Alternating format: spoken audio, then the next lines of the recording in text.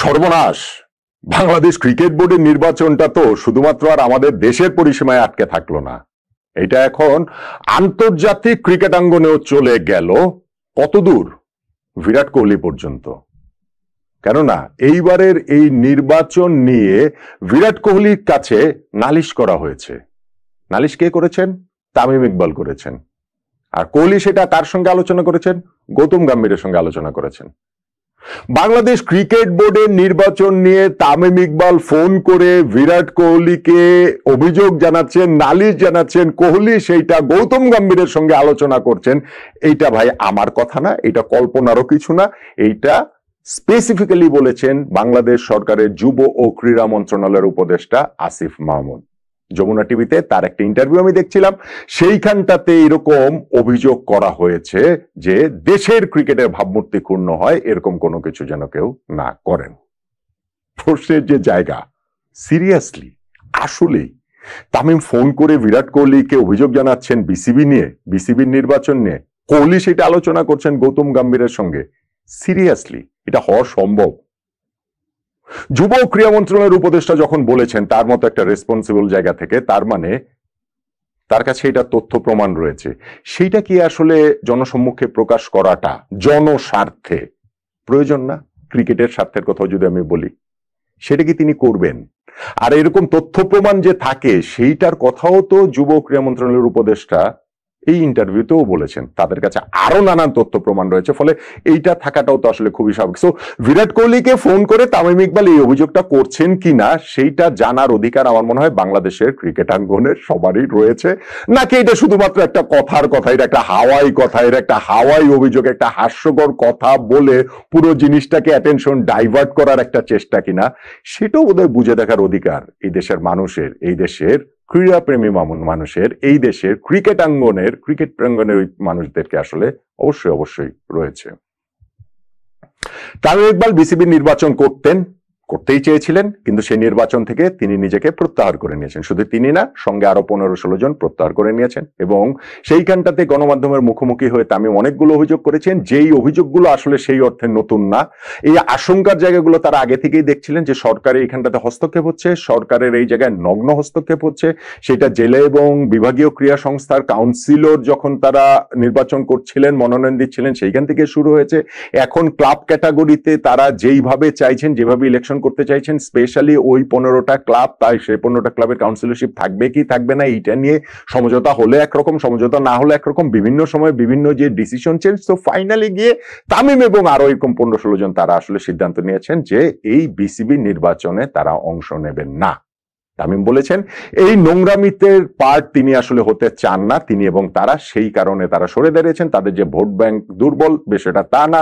এই যারা রয়েছেন তারা সবাই হেভিওয়েট প্রার্থী, তাদের ভোট ব্যাংক স্ট্রং, কিন্তু তারা এইখান থেকে এই নোংরামির পার্ট হতে চান না বিসিবি নির্বাচনের, ফলে সরে দাঁড়ালেন। যারা এখন বোর্ডে আছেন, যারা এখানে ক্ষমতাসীন রয়েছেন, যারা এখানে হস্তক্ষেপ করছেন, তারা এইভাবে নির্বাচন করতে পারবেন, নির্বাচনে জিততেও পারবেন। কিন্তু হচ্ছে গিয়ে তাতে বাংলাদেশের ক্রিকেট 100% হেরে যাচ্ছে, হেরে গেল। সেটা হচ্ছে গিয়ে তামিমের অভিযোগ। বাংলাদেশের ক্রিকেট বোর্ডের এই নির্বাচনটা একটা কালো দাগ হয়ে থাকলো, তামিমের অভিযোগ। বাংলাদেশ ক্রিকেট থেকে ম্যাচ ফিক্সিং দূর করার জন্য অনেক বড় গলায় কথা বলা হয়, এই ক্রিকেট বোর্ডের নির্বাচনের ফিক্সিং দূর করার আহ্বানটাও তামিম ইকবাল জানিয়েছেন। ফলে এরকম অনেকগুলো জায়গা তামিমের রয়েছে, যেই জায়গাগুলোতে স্পেসিফিক্যালি তিনি যারা ক্ষমতাসীন রয়েছেন তাদেরকে প্রশ্নবিদ্ধ করেছেন। যুব ক্রীড়া মন্ত্রণালয়ের উপদেষ্টা আসিফ মাহমুদকে তিনি প্রশ্নবিদ্ধ করেছেন, কিন্তু সেই জায়গাটাতে এখন উল্টা তামিমের বিপক্ষে যে অভিযোগটা তিনি করলেন, যে পাল্টা কামান তিনি ডাকলেন যে তামিম এই কমপ্লেইনটা দিচ্ছেন বিরাট কোহলিকে, এইটা কি আসলে হওয়া কোনোভাবে সম্ভব কিনা? দেখেন, আমি প্রমাণের কথা বলছিলাম, প্রমাণটা তাদের কাছে থাকাটা খুবই স্বাভাবিক। এই ইন্টারভিউর মধ্যেই আসিফ মাহমুদ তিনি বলছেন যে তাদের কাছে কিছু কল রেকর্ডস রয়েছে ফোনের, যেইখানটাতে বলছেন তিনি যে তামিমপন্থীরা ফোন করে তাদের বলছেন যে এইবারের নির্বাচনে, বিসিবি নির্বাচন থেকে তারা যদি সরে না দাঁড়ান তাহলে 6 মাস পর তাদেরকে দেখে নেওয়া হবে।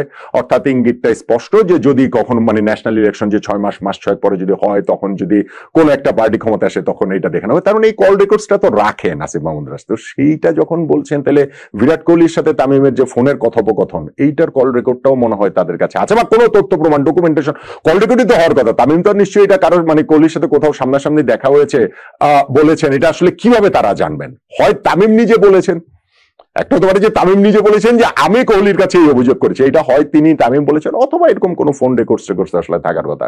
সেইটা আসলে আমার মনে হয় সামনে আসলে ভালো হয়। এই বিসিবি নির্বাচনটা নিয়ে আসিফ মাহমুদ বলছিলেন যে আজকে ভোর 6টা-7টার সময়ও বেশ কিছু যারা এই পদপ্রার্থী রয়েছেন বিসিবি নির্বাচনে তাদের সঙ্গে কার কথা হচ্ছিল যে আমিনুল ইসলাম বুলবুল ভাই, যিনি বোর্ডের সভাপতি এখন রয়েছেন, সামনের 6 তারিখ ইলেকশনের পরও থাকবেন, সেই সভাপতির সঙ্গে যেন একটা লিয়াজও করে দেওয়া হয়, এরকম কথার টোনটা, যে পরে বোর্ডে তারা কোন কমিটিতে থাকবেন, কোন জায়গাটাতে কাজ করবেন। উপদেষ্টার সঙ্গে ভোর 6টা-7টার সময় কথা হয়েছে এবং তিনি খুবই সারপ্রাইজড হয়েছেন যে এরকম অনেকেও যখন মনোনয়নপত্র প্রত্যাহার করে নিয়েছেন। আমাদের এই যুব ক্রীড়া মন্ত্রণালয়ের উপদেষ্টা তিনি কিন্তু আসলে খুবই কর্মঠ, এবং সেই ভোর 6টা-7টার সময়ও তার এত সময় রয়েছে এই বিসিবি নির্বাচনের পরের কমিটিতে কারা নির্বাচিত হবে এবং নির্বাচিত হয়ে আসার পরে কারা কোন কমিটিতে কি কাজ করবে, সেই আলোচনাটা ভোর 6টা-7টার সময় তিনি করেন। আমরা একটু কিছুদিন আগে দেখেছিলাম না যে অনেক সময় তার কাজ করতে করতে একেবারে ভোর হয়ে যায়, তখন নীলা মার্কেটে গিয়ে হাঁসের মাংস খান, আর যদি বেশি ভোর হয়ে যায় তাহলে হোটেল ওয়েস্টার্নে যে খাওয়া দাওয়া করেন। সো ভোর আজকে 6টা-7টা, এটা কি ভোর হয়েছিল না বেশি ভোর হয়েছিল? তখনও কি তিনি ঘুমাননি, নাকি হচ্ছে গিয়ে এই ক্রিকেট বোর্ডের নির্বাচনটা নিয়ে তিনি এত ব্যস্ত রয়েছেন যে ওই সময়ও তাকে ফোনে ওই যোগাযোগের জায়গাটা রাখতে হয় যে পরের কমিটিতে কে কোন দায়িত্বে থাকবে। সো এই পর্যায় পর্যন্ত যখন তিনি চলে গেছেন, তার মানে তো এটা খুঁটিনাটি অনেক কিছুর জায়গাটাই তো তার এই নখদর্পণে রয়েছে, বা তার এই এখতিয়ারের মধ্যে রয়েছে যে কোথায় কি হচ্ছে না। সো তামিমদের যে অভিযোগগুলো রয়েছে সেই অভিযোগগুলোর ব্যাপারে কিন্তু আরো সুষ্ঠু, আরো ক্লিয়ার আইডিয়া থাকা উচিত। দেখেন এখন মানে ক্লিয়ারলি ওইটার হচ্ছে কেউ জবাবদিহি করা উচিত। বাংলাদেশ ক্রিকেট বোর্ডের এই নির্বাচন থেকে যারা মনোনয়নপত্র উইথড্র করে নিয়েছে, উইথড্র করার পর নেওয়ার পর আমরা যেটা দেখতে পাচ্ছি, ধরেন এই ক্লাব ক্যাটাগরিতে 12 জন পরিচালক নির্বাচিত হবেন, তার মধ্যে এই মুহূর্তে রয়েছেনই মাত্র 16 জন। আমরা জানি না 6 তারিখের এই নির্বাচনে ব্যালট বক্সে তাদের নামটা হয়তো থাকবে, কিন্তু আরো কেউ যদি এখান থেকে নাম প্রত্যাহার করে নেন, কারণ তামিমরা একরকম অভিযোগ করেছেন, আসিফ মাহমুদ একরকম অভিযোগ করেছেন। আসিফ মাহমুদ অভিযোগ করেছেন যে তামিমরা নির্বাচন থেকে সরে যাওয়ার জন্য অনেককে চাপ দিচ্ছে, আর তামিমরা অভিযোগ করছেন যে নির্বাচনে থেকে যাওয়ার জন্য অনেককে চাপ দিচ্ছেন হচ্ছে কি এই সরকারের পক্ষ থেকে। এখন এই চাপাচাপির মধ্যে গিয়ে যেই চাপ জয়ী হবে, সেই জয়ী চাপে যদি আরো কেউ এইখান থেকে নাম উইথড্র করে নেয়, এই 12 জনের যদি কম জিনিসটা যদি হয়ে যায়, অফিসিয়ালি সেটা উইথড্র করে নিতে পারবে না, ব্যালট বক্সে তাদের নাম থাকবে। কিন্তু সেই ক্ষেত্রে আসলে হবেটা কি? নির্বাচন নিয়ে আরেকটা জটিলতার জায়গা তৈরি হবে না? আমাদের ওই যে ক্যাটাগরি 1 জেলা এবং বিভাগীয় ক্রীড়া সংস্থা থেকে যে 10 জন পরিচালক হবেন, তার মধ্যে 6 জনই দেখলাম যে বিনা প্রতিদ্বন্দ্বিতায় এরই মধ্যে নির্বাচিত হয়ে গিয়েছেন।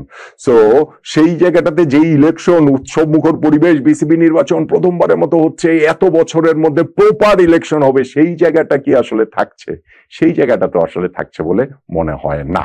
তবে অ্যাটেনশনটা আমার কাছে মনে হয় যে ডাইভার্ট হয়ে গেছে এখন, যখন বিরাট কোহলির কথা বলে দিয়েছেন তিনি হচ্ছে গিয়ে এই আসিফ মাহমুদ। তিনি বলছেন যে কেউ একজন ফোন করে বিরাট কোহলির কাছে অভিযোগ করেছে, বিরাট কোহলি সেটা গৌতম গম্ভীর। ভাই, বিরাট কোহলি এখন থাকেন ইংল্যান্ডে, সেই ইংল্যান্ডে তামিম তাকে ফোন করে বাংলাদেশ ক্রিকেট বোর্ডের নির্বাচন নিয়ে বিচার দিয়েছে, অভিযোগ করেছে, নালিশ করেছে।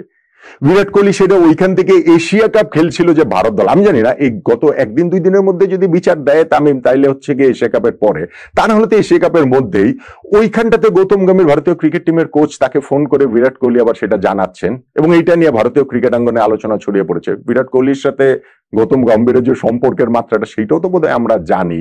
সো সবকিছু মিলিয়ে এই অভিযোগটা কতটুকু সত্য, যেহেতু তাদের কাছে ফোন রেকর্ডস থাকে বলছেন, সেহেতু আমার কাছে মনে হয় যে ওই জিনিসটা আসলে ক্লিয়ার করলে এটা আসলে বোঝা যেত যে না, সত্যি সত্যি যে দেশের ভাবমূর্তি তামিম ইকবাল ক্ষুণ্ণ করছেন কি না। গত কয়েকদিনে আমরা দেখতে পেয়েছি যে প্রথমে সাকিব আল হাসানের বিপক্ষে তিনি স্ট্যান্ড নিয়েছেন, কড়া স্ট্যান্ড নিয়েছেন। আমি আসিফ মাহমুদের কথা বলছি, যুব ক্রীড়া মন্ত্রণালয়ের উপদেষ্টার কথা বলছি। সাকিবকে বাংলাদেশে জাতীয় দলের জার্সিতে যেন আর কখনো খেলতে না দেওয়া হয় সেই নির্দেশনা বিসিবিকে দিবেন, এইটা তিনি বলেছেন। আর এখন তিনি হচ্ছে গিয়ে এই বিসিবি নির্বাচনের এই প্রক্রিয়ার মধ্যে তামিম ইকবালের বিপক্ষে স্ট্যান্ড নিয়েছেন এবং তামিমকে নির্বাচনটা থেকে তামিমকে সরে যেতে বাধ্য হয়েছেন বা ফোর্স করা হয়েছে, ওরকম একটা জায়গায় ঠেলে নিয়ে যাওয়া হয়েছে। সো বাংলাদেশ ক্রিকেটে সাকিব তামিম এত বড় নাম, এত বড় তাদের হচ্ছে গিয়ে বাংলাদেশ ক্রিকেটে অবদান, কিন্তু সেই তাদের চেয়েও যখন এখন বড় সুপারস্টার হয়ে ওঠেন যুব ক্রীড়া মন্ত্রণালয়ের উপদেষ্টা আসিফ মাহমুদ, এবং সেই দুইজনকে তিনি মোটামুটি 2-3 দিনের মধ্যে সাকিব তামিমকে খারিজ করে দেন তিনি, সেইটাতে তামিমের বিপক্ষে এখন এরকম অভিযোগের জায়গাটা পর্যন্ত আসে যে বিরাট কোহলিকে ফোন করে তিনি বাংলাদেশ ক্রিকেটে বদনাম করছেন, বিসিবি নিয়ে নালিশ দিচ্ছেন। এই জিনিসগুলো যদি ক্লিয়ার না করা হয় তাহলে এই পরিস্থিতিটা আরো বেশি ঘোলাটে হতেই থাকবে। আমি যেটা বললাম যে আমি জানি না এই পুরো জিনিসটার মধ্যে কি আসলে সত্যতা আছে নাকি পুরো জিনিসটা অ্যাটেনশন ডাইভার্ট করার একটা অংশ, যে যেগুলো নিয়ে আলোচনা হচ্ছে সেই আলোচনা থেকে আলোচনাটা যেন অন্যদিকে চলে যেতেই পারে। দেখেন আমিও আজকে এটা নিয়েই তো অনেকক্ষণ ওই আলোচনাটাই তো মূলত আসলে করলাম।